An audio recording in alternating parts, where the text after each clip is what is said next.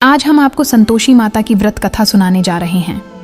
इस कथा को सुनने मात्र से जीवन के सभी दुख कष्ट दूर हो जाते हैं और सभी मनोकामनाएं पूर्ण होती हैं। आइए इस पावन कथा का शुभारंभ करते हैं। एक समय की बात है, एक वृद्धा के 7 पुत्र थे। उनमें से 6 पुत्र कमाने वाले थे, जबकि सबसे छोटा पुत्र निकम्मा था और कुछ नहीं कमाता था। वृद्धा अपने 6 कमाऊ पुत्रों को स्वादिष्ट भोजन कराती, जबकि सबसे छोटे पुत्र को बचा खुचा भोजन देती। एक दिन सबसे छोटे पुत्र ने अपनी पत्नी से कहा, देखो मेरी माँ मुझसे कितना प्रेम करती है। पत्नी ने उत्तर दिया, क्यों नहीं, सबका झूठा जो तुम्हें खिलाती है। यह सुनकर वह आश्चर्यचकित हुआ और सत्य जानने का निश्चय किया। अगले त्योहार पर उसने सिरदर्द का बहाना किया और पतले वस्त्र से सिर ढककर रसोई घर में लेट गया। उसने देखा कि उसकी माँ ने 6 भाइयों को सुंदर आसन पर बिठाकर विभिन्न प्रकार के व्यंजन परोसे। भोजन के बाद माँ ने उनकी झूठी थालियों से लड्डुओं के टुकड़े इकट्ठा कर एक लड्डू बनाया और सबसे छोटे पुत्र को बुलाकर कहा, बेटा 6 भाई भोजन कर चुके हैं, अब तुम भी खा लो। यह देखकर वह दुखी हुआ और बोला, माँ मैं भोजन नहीं करूँगा, मैं परदेश जा रहा हूँ। माँ ने कहा, कल जाना हो तो आज ही चले जाओ। उसने उत्तर दिया, हाँ मैं आज ही जा रहा हूँ। ये कहकर वह घर से निकल पड़ा। से निकल गया और गौशाला में पहुंचा, जहां उसकी पत्नी गोबर के उपले थाप रही थी। अपनी पत्नी के पास गया और बोला, मैं परदेश जा रहा हूँ, कुछ समय के बाद आऊँगा, तुम संतोष से रहना और अपने धर्म का पालन करना। इस पर उसकी पत्नी बोली, स्वामी आप आनंद से जाइए, मेरी चिंता मत करें, मैं तो राम भरोसे यहाँ रह लूँगी, ईश्वर आपकी सहायता करे। अपनी कोई निशानी मुझे दे दीजिए, जिसे देखकर मैं धीरज करती रहूँगी। इस पर वो बोला, मेरे पास इस अंगूठी के सिवा कुछ भी नहीं है, तुम ये रख लो और मुझे भी अपनी कोई निशानी दे दो। वो बोली, मेरे पास तो कुछ भी नहीं है, बस ये गोबर से भरे हाथ हैं। ये कहकर उसने अपने पति की पीठ पर गोबर के हाथ की थाप मार दी। उसने अपनी पत्नी से विदा ली और परदेश चला गया। चलते चलते वो दूर किसी नगर में पहुंचा और एक व्यापारी की दुकान पर जाकर बोला, भाई मुझे नौकरी पर रख लो। व्यापारी को नौकर की ज़रूरत थी, तो वो बोला, ठीक है, लेकिन तनख्वाह तुम्हारा काम देख कर ही बताऊंगा। वो वहीं रहने लगा और सुबह 7 बजे से रात को 9 बजे तक नौकरी करने लगा। थोड़े ही दिनों में वो व्यापारी का सारा लेन देन और हिसाब किताब करने लगा। कुछ ही समय में सेठ ने उसे आधे मुनाफे का हिस्सेदार बना दिया। 12 वर्षों में वो नामी सेठ बन गया। इधर उसकी पत्नी को सास ससुर और जेठानियाँ कष्ट देने लगी। उसे घर के सारे काम करवाते और उसे लकड़ी लेने जंगल में भेजती, भूसे की रोटी देती, फूटे नारियल में पानी देती। वो बड़े कष्टों से जीवन बिता रही थी। एक दिन जब वो लकड़ी लेने जा रही थी तो रास्ते में उसने देखा एक मंदिर में कुछ औरतें व्रत कर रही हैं और कथा सुन रही हैं। तो वो पूछने लगी, ये क्या व्रत कर रही हो, इसे करने से क्या होता है और ये कैसे करते हैं। तब एक स्त्री बोली, ये संतोषी माता का व्रत है, इससे मनवांछित फल प्राप्त होता है और गरीबी, मन की चिंताएं, मुकदमे, कलह, रोग आदि सब नष्ट होते हैं। संतान सुख, धन, शांति और मन पसंद वर मिलता है और दूर गए पति के दर्शन होते हैं। उन्होंने उसे व्रत की विधि बता दी। उसने रास्ते में सारी लकड़ियाँ बेच दी और उन पैसों से गुड़ और चना खरीद लिया और व्रत की तैयारी कर संतोषी माता के मंदिर में पहुंची और माता से दुखी होकर विनंती करने लगी, माँ मैं अज्ञानी हूँ और बहुत दुखी हूँ, मैं आपकी शरण में हूँ, मेरा दुख दूर करो माँ। माता को उस पर दया आई। माता की कृपा से एक शुक्रवार उसके पति का पत्र आया और अगले शुक्रवार पति का भेजा धन उसे मिला। अब वो माता के मंदिर में गई और उनके चरणों में गिरकर रोने लगी। बोली, माँ मैंने पैसे कब मांगे थे, मुझे तो अपना सुहाग चाहिए, मैं तो अपने स्वामी के दर्शन और सेवा करना मांगती हूँ। तब संतोषी माता ने प्रसन्न होकर कहा, जा बेटी, तेरा पति जल्द ही आएगा। वो प्रसन्न होकर घर गई और कामकाज में लग गई। उधर संतोषी माता ने स्वप्न में उसके पति को पत्नी की याद दिलाई और घर जाने को कहा। वो बोला, माँ मैं कैसे जाऊँ, परदेश की बात है, लेन देन के कई हिसाब बाकी हैं। माँ बोली, सवेरे उठकर मेरा नाम लेकर घी का दीपक जलाना और फिर दुकान पर बैठना। सवेरे उठकर उसने वैसा ही किया। देखते ही देखते सारा लेन देन साफ हो गया और धन का ढेर लग गया। वो खुश होकर घर की ओर रवाना हो गया। उधर उसकी पत्नी रोज लकड़ी लेने जाती और संतोषी माता की पूजा अर्चना करती। एक दिन वो बोली, माँ ये धूल कैसी उड़ रही है। माँ ने बोला, बेटी तेरा पति आ रहा है, तू लकड़ियों के 3 ढेर बना, एक नदी के किनारे रखा, एक मंदिर के पास रख दे और तीसरा अपने सर पर रख ले। तेरे पति के दिल में इस लकड़ी के गट्ठर को देखकर मोह पैदा होगा और घर जाकर आवाज़ लगाना, सासू जी लकड़ियों का गट्ठर लो, भूसे की रोटी दो और फूटे नारियल में पानी दो। आज मेहमान कौन आया है? उसने वैसा ही किया। घर गई, आंगन में लकड़ियों का गट्ठर रखकर बोली, सासू जी, लकड़ियों का गट्ठर लो, भूसे की रोटी दो और फूटे नारियल में पानी दो। आज मेहमान कौन आया है?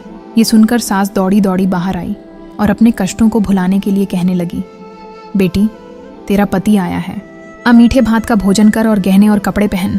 इतने में उसका पति बाहर आया और उसके हाथ में अपनी दी अंगूठी देखकर माँ से पूछने लगा, माँ ये कौन है? माँ बोली, बेटा ये तेरी बहू है, पूरे 12 बरस हो गए, ये दिन भर घूमती फिरती है, कोई काम काज भी नहीं करती, तुझे देखकर नखरे कर रही है। वो बोला, माँ मैंने तुम्हें और इसे दोनों को देख लिया है, अब मुझे दूसरे घर की चाबी दे दो, मैं उसमें रहूँगा। माँ बोली, ठीक है, जैसी तेरी मर्जी। और माँ ने चाबियों का गुच्छा पटक दिया। बेटे ने अपना सामान दूसरे घर में रख दिया। अगला शुक्रवार आया। वो अपने पति से बोली, मुझे संतोषी माता के व्रत का उद्यापन करना है। वो बोला, खुशी से करो। वो तैयारियों में लग गई। उसने जेठ के लड़कों को बुलाया। पीछे से जेठानियों ने अपने बच्चों को सिखा दिया, तुम खाने के बाद खटाई मांगना, जिससे उसका उद्यापन पूरा ना हो। लड़कों ने वैसा ही किया। भोजन के बाद खटाई मांगी। तब वो बोली, नहीं नहीं, खटाई मैं नहीं दे सकती, ये संतोषी माता का प्रसाद है। तो लड़के ने बोला, खटाई नहीं तो पैसे ही दे दो। बेचारी भोली भाली चालाकी को समझ न सकी और लड़कों को पैसे दे दी। इस पर संतोषी माता क्रोधित हो गई। राजा के दूत उसके पति को पकड़ कर ले गए। वो बेचारी रोती हुई माता के मंदिर में गई और बोली, माता ये क्या किया? माता बोली, पुत्री, मुझे दुख है कि तुमने अभिमान करके मेरा व्रत तोड़ा है और इतनी जल्दी सब भूल गई। वो बोली, माता मैंने तो कुछ गलत नहीं किया, मैंने भूल से लड़कों को पैसे दे दिए, मुझे क्षमा करो, मैं दोबारा तुम्हारा उद्यापन करूंगी। माता बोली, जा, तेरा पति रास्ते में आता हुआ मिलेगा। वो चली गई। रास्ते में उसे उसका पति याद हुआ दिखा। उसके पूछने पर बोला, राजा ने मुझे मिलने के लिए बुलाया था, इतना धन कमाया उसका कर देने के लिए बुलाए थे। अगले शुक्रवार उसने फिर उद्यापन किया। जेठ के लड़कों को बुलाया। जेठानियों उसने फिर उन्हें सिखा दिया। लड़के भोजन के पहले बोले, खटाई मिलेगी। तब वो बोली, खटाई नहीं मिलेगी। लड़के वहां से चले गए। अब उसने ब्राह्मण के लड़कों को बुलाकर भोजन कराया और दक्षिणा दी। संतोषी माता उससे प्रसन्न हो गई और 9 महीने बाद उसके घर चाँद सा एक पुत्र हुआ। वह अपने पुत्र को लेकर रोज संतोषी माता के मंदिर जाने लगी। एक दिन संतोषी माता ने सोचा, ये रोज यहाँ आती है, आज मैं इसके घर जाकर इसका ससुराल देखती हूँ। ये सोचकर संतोषी माता ने भयानक रूप धारण करा। गुड़व चने से सना मुख, जिन पर मक्खियां भिन भिना रही थीं। ऐसी सूरत में वो उसके घर गई। दहली में पांव रखते ही उसकी सास बोली, देखो कोई डाकिन आ रही है, उसे भगाओ वरना किसी को खा जाएगी। सभी घर वाले भागकर खिड़कियां और दरवाजे बंद करने लगे। तभी उसने ऊपर के खिड़की से देखा तो वहीं से चिल्लाने लगी, आज मेरी माता मेरे घर आई है, आज मेरी माता मेरे घर आई है। उसकी सास बोली, पगली, किसे देखकर उतावली हुई है? बच्चे को भी पटक दिया। बहू बोली, माता जी, मैं जिन संतोषी माता का व्रत करती हूँ, ये वो माता है। ऐसा कहकर उसने सारी खिड़कियां और दरवाजे खोल दिए। सबने संतोषी माता के चरण पकड़ लिए और विनती कर कहने लगे, हे माता, हम मूर्ख हैं, अज्ञानी हैं, पापी हैं, आपके व्रत की विधि हम नहीं जानते। आपका व्रत भंग कर हमने बहुत बड़ा अपराध किया है। हे जगत माता, हमारा अपराध क्षमा करें। माता बहुत खुश हुई। हे संतोषी माता, जिस प्रकार आपने बहू को फल दिया, वैसा ही इस कहानी को कहते, सुनते और हुकार भरने वाले सबको देना। दोस्तों, संतोषी माता को संतोष, सुख, शांति और वैभव की माता के रूप में पूजा जाता है। माता संतोषी भगवान श्री गणेश की पुत्री हैं। इनका यह व्रत करने से धन, विवाह, संतान आदि भौतिक सुखों में वृद्धि होती है। ये व्रत शुक्ल पक्ष के प्रथम शुक्रवार से शुरू होता है और 16 शुक्रवार तक व्रत को पूर्ण कर फिर इसका उद्यापन किया जाता है। आइए संतोषी माता के प्रिय भक्तों, इस व्रत की विधि के बारे में जानते हैं। संतोषी माता का व्रत करने से मनोकामनाएं पूर्ण होती हैं और जीवन में सुख, शांति तथा समृद्धि आती है। यह व्रत शुक्रवार के दिन किया जाता है। श्रद्धालु 16 शुक्रवार तक इस व्रत को कर सकते हैं और अंत में उद्यापन करना चाहिए। व्रत करने की संपूर्ण विधि। पहला व्रत का संकल्प, प्रातः स्नान कर स्वच्छ वस्त्र धारण करें। माता संतोषी का ध्यान करें और संकल्प लें, हे माता संतोषी, मैं श्रद्धा और भक्ति से आपका व्रत कर रही हूँ, कृपया मेरी मनोकामना पूर्ण करें। उपवास का नियम लें कि दिन भर केवल एक बार भोजन करेंगे और खटाई, खट्टा पदार्थ नहीं खाएंगे। दूसरा, पूजन की तैयारी। माता संतोषी की प्रतिमा या चित्र को एक चौकी पर रखें। चौकी पर लाल या पीला वस्त्र बिछाएं। माँ के समक्ष घी का दीपक जलाएं, अगरबत्ती या धूप जलाएं, गंगा जल, चावल, फूल, गुड़ चने, नारियल और प्रसाद सामग्री रखें। माता को पीले या लाल फूल अर्पित करें। तीसरा, पूजन विधि। सबसे पहले गणेश जी की पूजा करें, फिर माता संतोषी का ध्यान करें और निम्न मंत्र का जाप करें। ओम संतोषी मातायै नमः 108 बार। माता को गुड़ और चने का भोग लगाएं। कथा का पाठ करें। संतोषी माता की व्रत कथा पढ़ें या सुनें। कथा के बाद माता की आरती करें।